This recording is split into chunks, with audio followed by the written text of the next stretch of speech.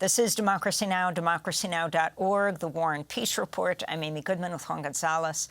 We look now at how the internationally renowned Guatemalan journalist, José Rubén Zamora, faces 40 years in prison at his verdict and sentencing hearing Wednesday in Guatemala City, after he was arrested on what press freedom and human rights groups say are trumped-up money laundering charges. Zamora is the founder and president of the independent investigative Guatemalan newspaper, El Periódico, and for decades has reported on government corruption. International rights groups and the Guatemalan Association of Journalists say the case against him is politically motivated. This is José Rubén Zamora speaking after his arrest last July. He's been in prison since. They chased me and my children in the streets in a very dangerous way. My family had to go into exile. My home was illegally raided, but they haven't gone as far as now with them formally arresting me. I don't know how long the process will take. This is a narco-klepto dictatorship. 4 years ago, our apparent democracy was transformed, electing a president that is a thief who has been assaulting us for the past 4 years. Us, as Guatemalans, we don't have the capacity to defend ourselves. After Zamora's detention, El Periódico was forced to stop publication of its print edition. The newspaper then shuttered its online version, May 15th, due to what the paper called judicial and financial harassment from the right-wing government of the Guatemalan President Alejandro Giammattei. It signed off with a single headline in Spanish that translated to, "We say no to power, 1996 to 2023. It had been publishing for 27 years. Rights groups say Zamora has not received a fair trial under Guatemala's Attorney General Maria Consuelo Porras, who is on a U.S. State Department list of corrupt and undemocratic actors. For more on José Rubén Zamora and the sentencing tomorrow, we're joined in Miami by his son, José Carlos Zamora, who is also a journalist. Welcome to Democracy Now! It's great to have you with us, though, under these very difficult circumstances. Tell us what happened to your father and what this sentencing means tomorrow in Guatemala City. Hi, Amy. Good morning, and good morning, Juan, and thank you for having me and for paying attention to what's happening in Guatemala. Well, what happened is my father has over a 30-year trajectory in doing investigative journalism in Guatemala. At El Periódico with his team, he has been doing it for 26 years, specifically in the government of Alejandro Giammattei. In the first 144 weeks of the administration, he and his team published 144 stories and investigations into corruption about Giammattei. This led to this political persecution. In Guatemala, there is a democratic facade, but the executive controls the judiciary. And they are using criminal law to persecute anybody who they consider a critical voice. The Giammattei administration has been systematically attacking all democratic institutions and persecuting anybody who had anything to do with fighting corruption, including the highest profile judges, prosecutors, activists, and in the case of my father, journalists. As you were saying, it's incredible that the public ministry requested a 40-year sentence, which is historically there hasn't been such a request for these types of cases. So it's really shameful and ridiculous, and it really shows clearly that it's a political persecution. And when they arrested him and processed him, and with this sentence, what they want to send is a very clear message to all journalists in Guatemala that in the country, doing journalism is a crime. And José Carlos, could you talk for those who are not familiar with the most recent history in Guatemala after the peace accords, and it looked like Central America was heading in a better direction, and even the perpetrators of some of the genocide were tried. What has happened in recent years that allowed this resurgence of this right-wing government in your country? Well, since '85, we started our new democratic era. We had the opportunity to start with a clean slate, but every 4 years we change government, and every government has been very corrupt. But in the last 10 years, there was a big effort to fight corruption, and it was working. And when they saw these different groups that are involved in corruption, saw that it was working, they all became allies, dismantled that effort, and not only they dismantled it, but they started persecuting anybody who was involved in fighting corruption. And that's exactly what is happening now. And what you see is not only that they are persecuting anybody who was involved in fighting corruption, but now people who were involved in the highest profile corruption cases and also human rights abuses during the war, they are being let free. So you see a regression and a lot of repression. This administration, the Giammattei administration, has not only been corrupt, but extremely repressive. There's never been, since 1985, there have never been so many Guatemalans in exile fleeing political persecution, from judges to prosecutors to journalists.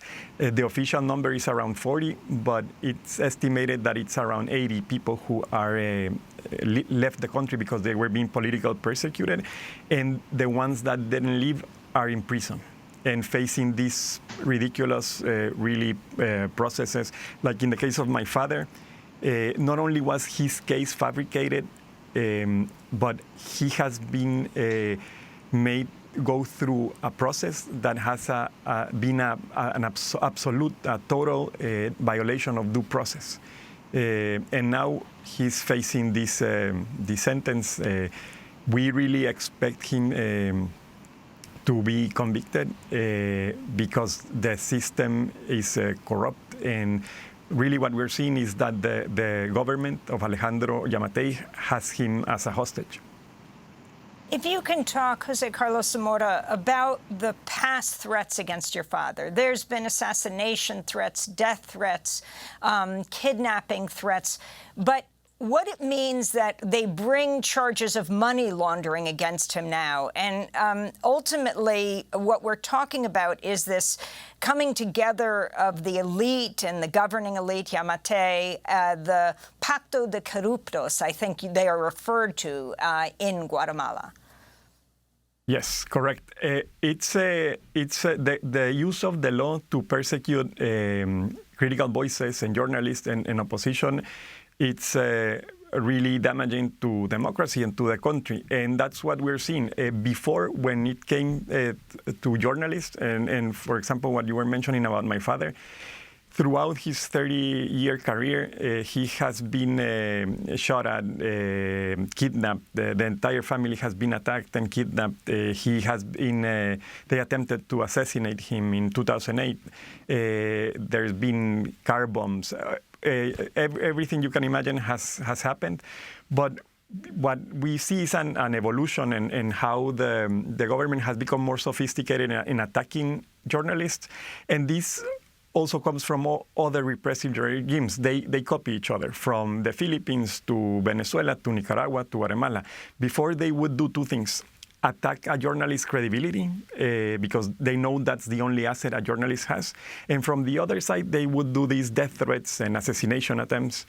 But then they discover that killing journalists comes at a very high price. So when you control the law and the judiciary, it's much simpler to use the law to persecute anybody who you consider opposition. And that's what they are doing. In case of they started first with civil law, with these SLAPS lawsuits, but then they saw an even more efficient tool in criminal law, because that allows them to have these trumped-up charges on money laundering, and that allows them to have an arrest warrant to arrest a journalist and place him in jail, and it really changes everything, and it allows them to say under this democratic facade that it's not about journalism, that it's not about press freedom, but it's about a criminal. So it allows them to continue to attack the credibility of a journalist, but it also allows them to neutralize him if you put them in prison. So it's a very clear message to all other journalists in the country that they can come after anybody who continues to denounce corruption. And José Carlos, how is your father doing in prison? Where's he being held? What are the conditions of his detention? And have you spoken to him recently? He's in a prison that is a military base. He's healthy, he's in good spirits, but he's been 319 days in prison today in what pretty much is solitary confinement. So he spends 23 hours a day in solitary in a very small cell that is in very bad shape. So the conditions aren't very good, because the government really had three objectives when they arrested him. One was to punish him directly. He's a pain for them. He has denounced all of their corrupt acts. So they really wanted to punish him directly, and that's why they have him in such bad conditions in this tiny cell. The second was to shut down the newspaper, which they finally managed to do 11 months later. Because they also started harassing and attacking advertisers. And the third point was to send this really clear message to all journalists in the country that in Guatemala, doing journalism is a crime. José Carlos, we just have about a minute, but what can the Biden administration do? I mean, you have these deals being made, especially with Northern Triangle countries, where the U.S. shores them up to stop immigration. Can you talk about that? I think there's need to be two things. One is harder sanctions that really have teeth, right? Like that's one thing. But from the other side, they should stop having these collaborations with them and just with the focus on migration, because it's very nearsighted. Because the true and the root cause of migration is corruption. It's corruption and repression and violence. And that's really what's driving migration. And until that root cause isn't addressed, people won't stop migrating. So you definitely can fund a military police that tries to stop people south of the border. But unless these root causes are addressed, people won't stop coming to the U.S.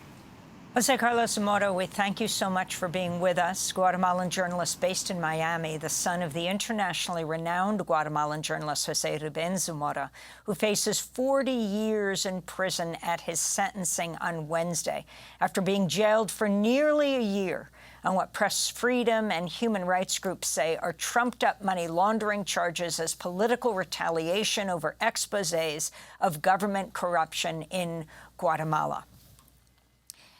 José Rubén Zamora is 66 years old and will report on what happens tomorrow in the courtroom in Guatemala City.